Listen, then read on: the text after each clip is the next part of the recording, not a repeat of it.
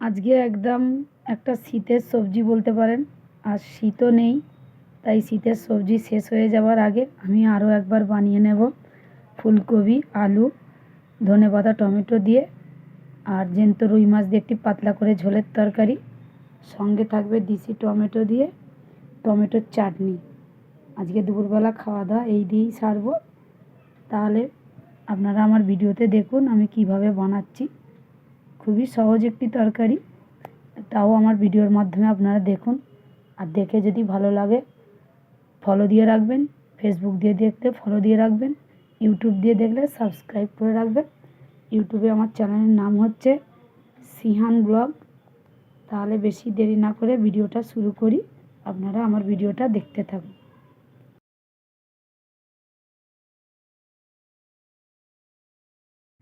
আজকে বানাবো ফুলকপির একটা তরকারি, তাই প্রথমেই ফুলকপিটাকে নিয়ে নিয়েছি। ফুলকপিটাকে আমি কেটে একটু গরম জলে ধুয়ে নেব। এবারে কপিগুলোকে আমি গরম জলে একটু ভাপিয়ে নিলাম, মানে যদি পোকামাকড় থাকে ওগুলো বেরিয়ে যাবে। এখন তো কপিতে পোকা হবার ভয়।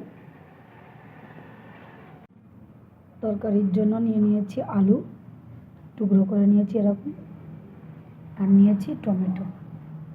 আমি সব সবজিগুলোকে কেটে নিয়েছি। এখানে আমি সব মশলাগুলো জোগাড় করে নিয়েছি। পেঁয়াজ, কাঁচা লঙ্কা, আর আছে পাঁচফোড়ন, নুন, হলুদ, ধনে, জিরে, সব মশলাগুলো নিয়ে নিয়েছি। কপিগুলোকে আমি আরও একবার ভালো করে নেড়ে নেড়ে ধুয়ে নিচ্ছি। ধুয়ে জল ঝরিয়ে নেব।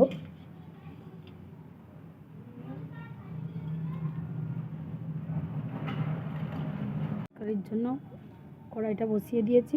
এবার দিয়ে দেবো একটু তেল। তেলটা গরম হবে,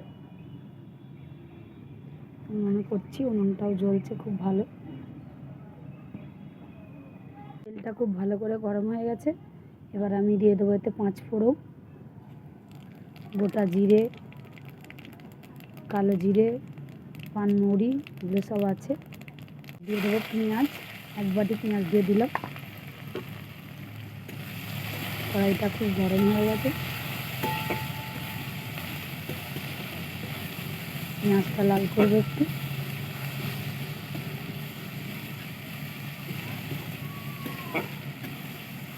পেঁয়াজটা খুব ভালো করে লাল হয়ে যাচ্ছে। এবার দিয়ে দিচ্ছি কাঁচা লঙ্কা,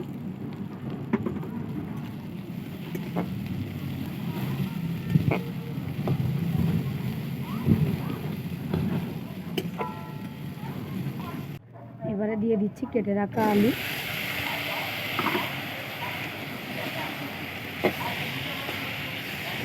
আমার রান্না চলাকালীন ছাতু বিক্রি হচ্ছে, তাই ছাতুওয়ালার একটু আওয়াজ হচ্ছে ভিডিওতে। কিছু করার নেই, একটু কষ্ট করে শুনবেন। এবারে দিয়ে দিচ্ছি ফুলকপিটা গরম জলে একটু ভাপিয়ে নিয়েছিলাম।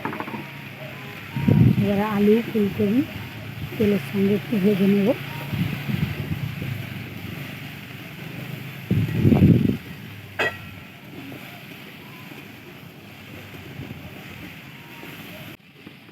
ফুলকপিটাকে একটু ভেজে নিয়েছি। এবার দিয়ে দিচ্ছি কয়েকটা টমেটো।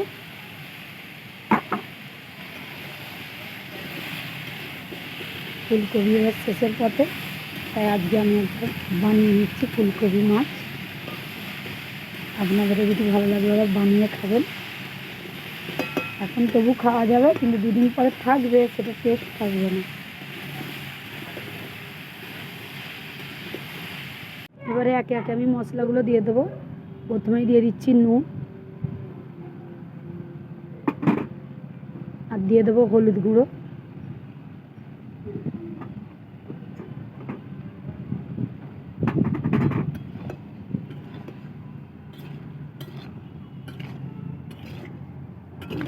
দিয়ে ভালো করে কষিয়ে নিচ্ছি।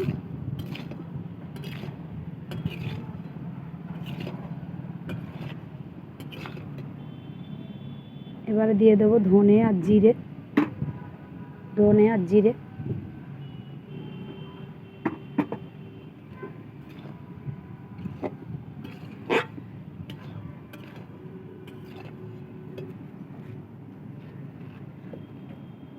আজকে উনুনে তরকারিটা হচ্ছে।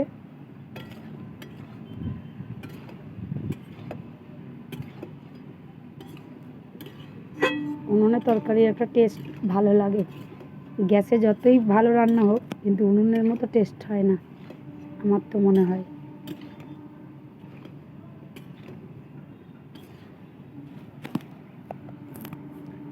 তাই আমি উনুনে রাঁধি এক একবার।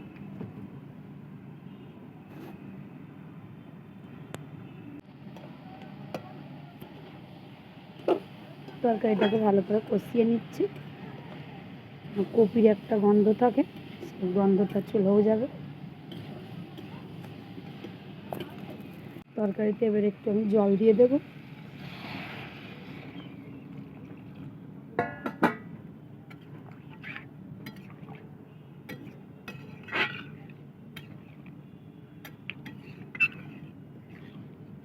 কেন ফুলকপি আলু মাছ দেবো, একটু ঝোলও রাখবো, তাই জলটাকে একটু আমি বেশি করেই দেবো।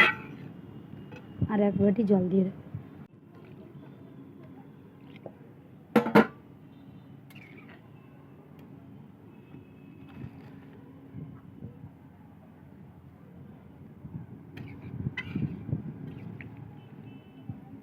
এবারে ঢাকা দিয়ে দেব।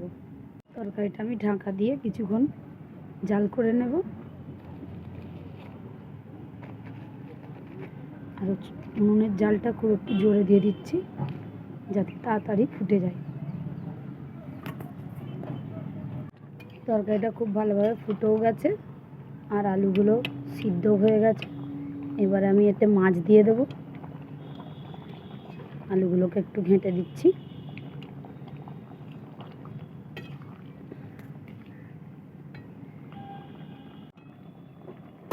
এবারে এতে আমি ভেজে রাখা মাছগুলোকে দিয়ে দেব।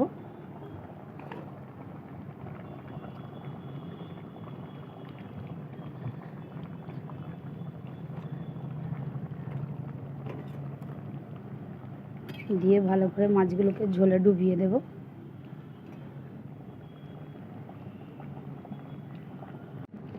মাছগুলোকে দিয়ে আমি ভালো করে ঝোলে ডুবিয়ে দিলাম আর একটু ফুটিয়ে নিচ্ছি। মাছগুলো আগে থেকে ভাজা ছিল, মাছগুলোকে উল্টে দেবো একটু,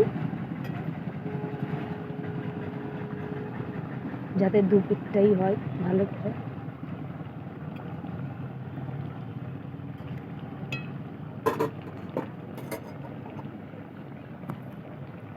এবারে ধনে পাতাটা দিয়ে দেব, উপর দিয়ে দিয়ে দেবো ধনে পাতা।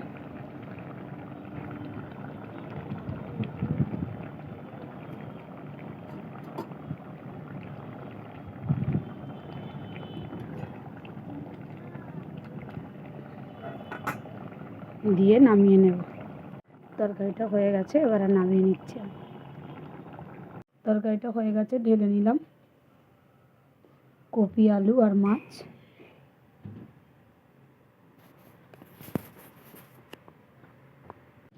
তরকারিটা ঢেলে নিয়েছি, এবার করে নেবো চাটনি। তার জন্য কড়াইয়ে তেল দিয়ে দিয়েছি, কাঁচা লঙ্কা দিয়েছি, দিয়ে দেবো একটু কালো জিরে। কালো জিরে লঙ্কাটাকে লাল করে আমি দিয়ে দিচ্ছি কেটে রাখা টমেটো।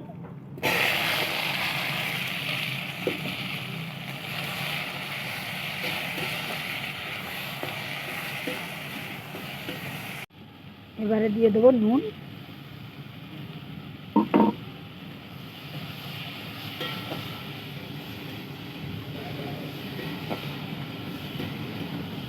আজকে শুধু টমেটোর চাটনি করবো, ধনে পাতা দেবো না।